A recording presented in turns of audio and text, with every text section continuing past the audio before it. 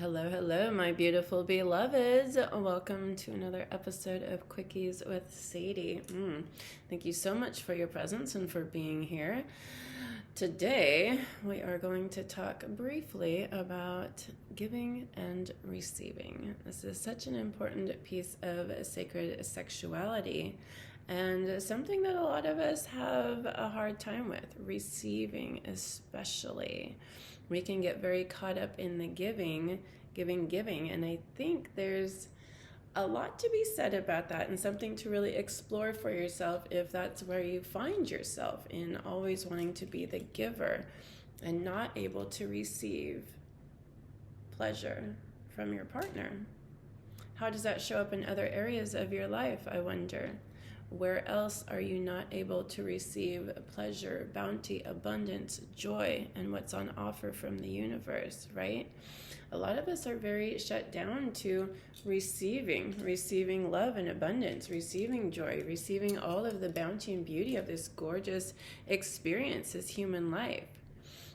We're really caught up in the giving and the doing part, right? And that's kind of a deflection of an emptiness and a void that we might be feeling, not fulfilled, not nourished. But if we're always doing, then we don't really have to look at that.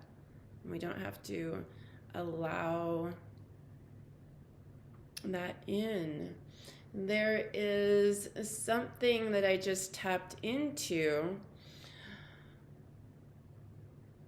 that I'm going to try to articulate. Maybe we have received what hasn't been healthy and nourishing for us, so it's easier for us to shut down that part of ourselves because we haven't been able to communicate our needs and desires, and what somebody has offered to us isn't what we wanted, right? So instead of communicating and getting clear on our truth and being authentic and saying so, we turn it into just being doing. So then we don't have to be faced maybe with those conversations or faced with, what do I need? What do I want? What are my desires? What would be fulfilling and nourishing for me? If we're so focused on the external, we don't have to do that reflection for ourselves. But oftentimes what ends up happening is a resentment.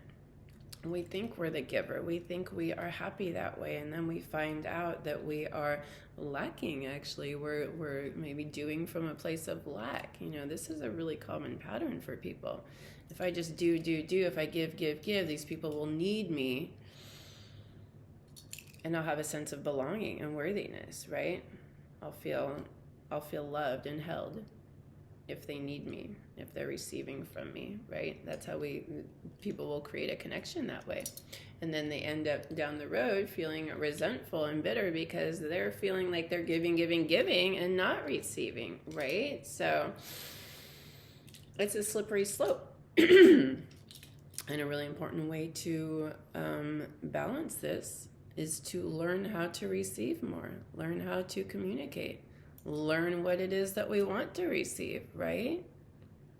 Get clear on that. That's self-reflection, that's questioning, that's learning confidence and courage to share and express what it is that we want, what it is that we desire, what it is that we're longing for, what would be most fulfilling and nourishing.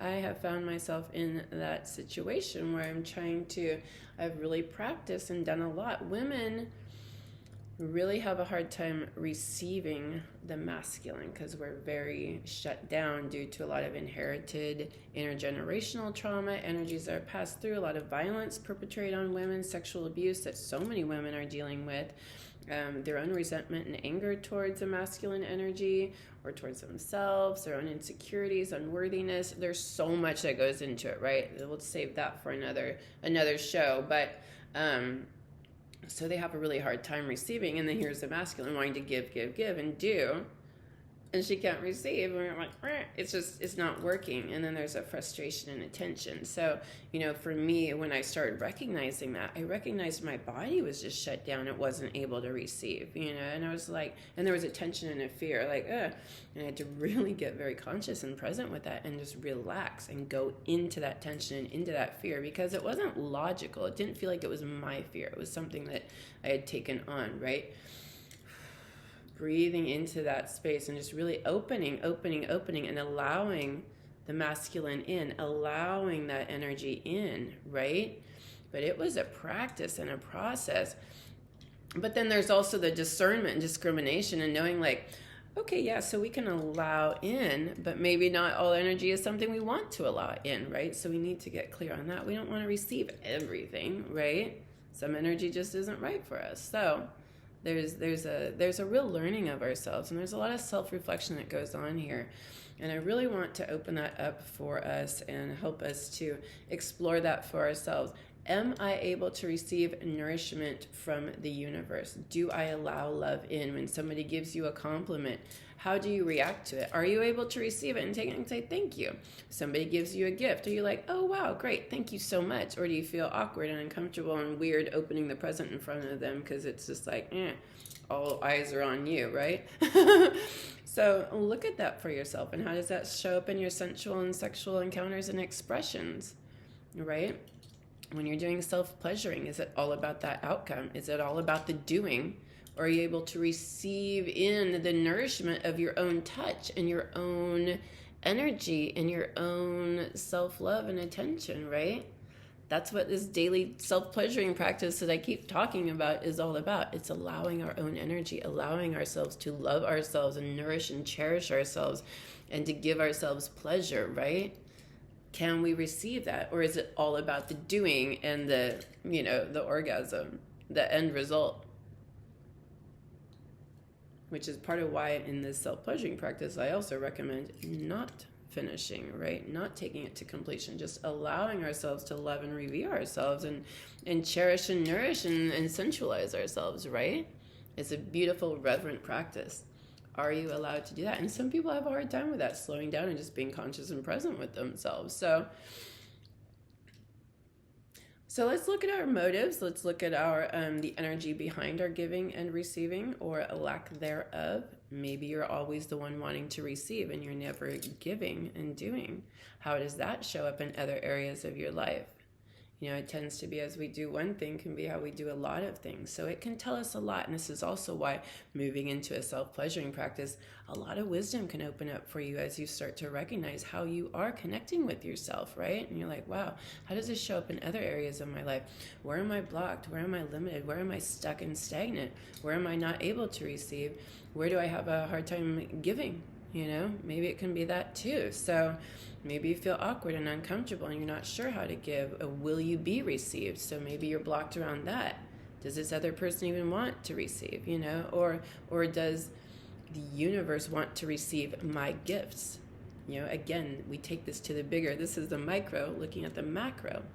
How we do one thing is how we do a lot of things. If you're afraid to give, if you're self-conscious about that, how are you not showing up for the rest of your life? How are you not bringing your gifts? How are you not sharing your gorgeous gifts with the world for fear of not being held, not doing it right, not being accepted, fear of judgment and criticism? There's so many ways that we can look at this and really, really open it up for ourselves. And there's some self-reflection here. Get out your journal and start writing. Am I able to receive? What blocks me from receiving? What fear might there be there? Am I able to give in a healthy way? Am I attached to an outcome? Am I attached to the other person receiving in a certain way? Am I attached to them behaving in a certain way when I do give? Am I looking for them to have a specific outcome? Do I get frustrated when they don't have that outcome and don't react in the way that I am trying to get them to react? Very important to look at that one too. That's a lot of attachment, and that's a lot of really trying to control the universe and forcing outcomes that can show up in all sorts of ways in our lives that aren't serving us. Can we give without any attachment to the outcome, right? That's a big one, especially in sexuality, right? When we're giving to our partners, we're often attached to that outcome. We want to see them get there, right? We really want that. And we can get really wrapped up in that and get really butthurt if they don't, or take it in and feel insecure about it, feel like we did something wrong, and then we get wrapped up in not being able to communicate about that, and then we can just spiral and spiral and spiral. Wow, we're coming up on 10 minutes. I know this is going to be a quickie, and now I'm recognizing, like, I can easily turn this into a much longer video. So I'm going to leave it at that. I think we brought in plenty to reflect on. There's so much there. I invite you to revisit this one often and dive into it. Again, writing on this one and self-reflecting, meditating, opening, just like diving in there and really looking at that for yourselves. But okay, enough from me. This is a great topic. This is a juicy one for sure. Be sure to check out the rest of my YouTube channel for so much more to support you on your sacred sexuality journey and moving into so much more passion in your life, living from a gorgeous heart-based place full of self-love and worthiness and so much fun in this life. Check out my website for a lot of resources to support you on your journey, including sessions that I offer, pilgrimages, programs, one-on-ones, and lots of community events to really support you in your process, and we can all come together and move through this together and have fun and get sensual and do dancing and so much great stuff going on there. So check that out, and be sure to get on my email list. This got sparked from an exclusive video I just put out for my email list. So there's other content that is just for people on my mailing list. So be sure to jump onto that link below in the website. You have to go onto the website and then I think scroll down to the bottom. I should have a separate link for that, but I don't. Anyway, yeah, so exclusive content is now showing up. That's very fun. So, stay tuned for more. And again, so grateful for your presence. Wishing you a gorgeous day and a gorgeous journey of delicious sensuality and awakening. Bye all. Yum.